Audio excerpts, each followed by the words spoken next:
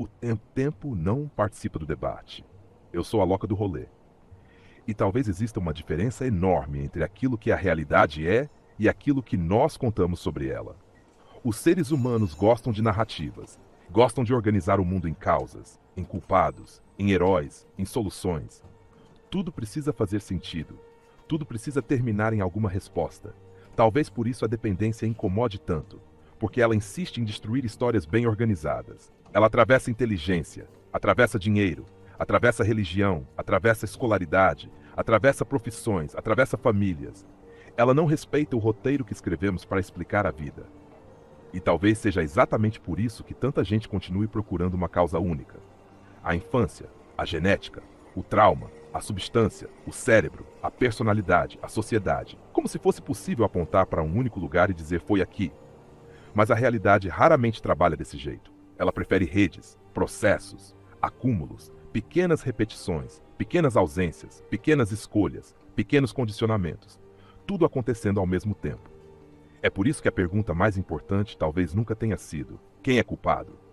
Talvez a pergunta seja: que condições participaram? Porque nenhuma dependência nasce no vazio. Ela nasce em um corpo, dentro de uma história, em determinada cultura, num determinado tempo, dentro de determinados vínculos, e atravessada por determinadas possibilidades. Isso não elimina a responsabilidade, mas também não permite reduzir tudo à responsabilidade individual. Existe uma diferença enorme entre responsabilizar e simplificar. A simplificação produz culpados. A observação produz compreensão. Talvez seja exatamente aqui que a sociedade contemporânea encontre seu maior desconforto. Ela ama soluções rápidas, ama respostas definitivas, ama diagnósticos instantâneos, ama vídeos de 30 segundos tendo explicar a existência inteira. Mas a dependência continua ignorando esse ritmo, porque ela possui outro relógio. O relógio do corpo, o relógio da aprendizagem, o relógio da memória, o relógio da repetição, o relógio do sofrimento, o relógio do tempo. Sempre o tempo. É curioso. Nós discutimos liberdade, discutimos determinismo, discutimos responsabilidade, discutimos culpa. Enquanto isso, o tempo continua trabalhando, sem participar da conversa, sem defender teorias, sem escolher lados, sem produzir opiniões, ele apenas continua. Talvez por isso eu tenha começado a desconfiar da antiga oração. Não da oração em si, mas do endereço. Porque talvez a palavra mais importante nunca tenha sido Deus. Talvez tenha sido tempo. Tempo. Conceda-me serenidade para aceitar aquilo que não posso modificar. Coragem para agir sobre aquilo que ainda permanece possível. E lucidez para perceber que a diferença entre os dois diminui silenciosamente a cada dia vivido. Perceba o que acontece quando a palavra muda. A oração deixa de ser promessa, passa a ser condição. O tempo não promete. O tempo não recompensa, o tempo não pune, o tempo não negocia. Ele apenas atravessa tudo. Atravessa impérios, atravessa religiões, atravessa governos, atravessa teorias, atravessa tecnologias, atravessa algoritmos, atravessa dependências, atravessa recuperações, atravessa recaídas e continua passando. Talvez seja justamente por isso que exista tanta arrogância em acreditar que controlamos completamente a vida. Controlamos muito menos do que imaginamos. Mas também não somos completamente passivos. Existe um espaço pequeno, limitado, instável, mas existe. Talvez liberdade nunca tenha significado ausência de limites. Talvez liberdade seja justamente aprender a agir dentro deles.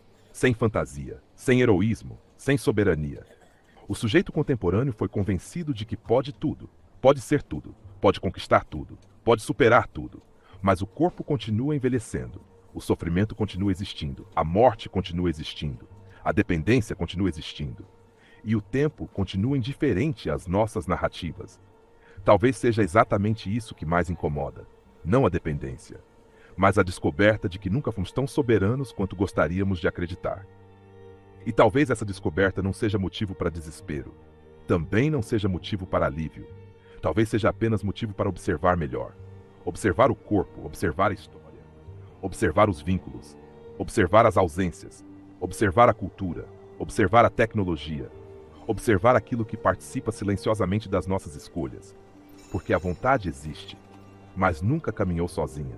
E talvez a maturidade comece exatamente quando deixamos de perguntar quem venceu o debate e passamos a perguntar quais condições ampliam os poucos graus de liberdade que ainda restam dentro de uma existência inevitavelmente finita. Enquanto isso, o tempo continua. sem participar da discussão. A caravana continua passando. No próximo episódio, chegamos ao encerramento da série. Não para oferecer uma conclusão, mas para reunir todas as perguntas que atravessaram essa caminhada. Porque talvez o problema nunca tenha sido encontrar respostas. Talvez sempre tenha sido aprender a sustentar perguntas que a realidade insiste em não resolver.